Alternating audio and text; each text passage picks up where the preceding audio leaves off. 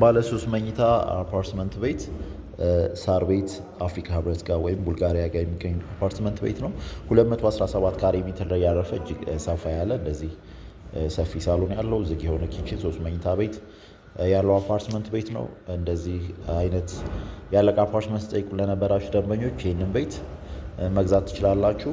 ባለ 2 መኝታ አማራጭ ይኖረናል በ153 ካሬ ሜትር ሙሉ ለሙሉ ቤቶቹ እነዚህ ግንባታዎች ተጠናቀቀ ፈርኒሽድ የተደረጉ ናቸው።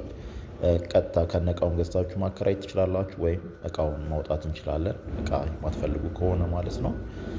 ቤቶቹ የተናጠል ካርታ ተዘጋጅቶላቸዋል። ቤዝመንት፣ ፓርኪንግ፣ ሊፍቶች እንደዚሁም ጂምና ስፓን ያሟላ ህንፃ ላይ የሚገኙ አፓርትመንት ቤቶች ናቸው።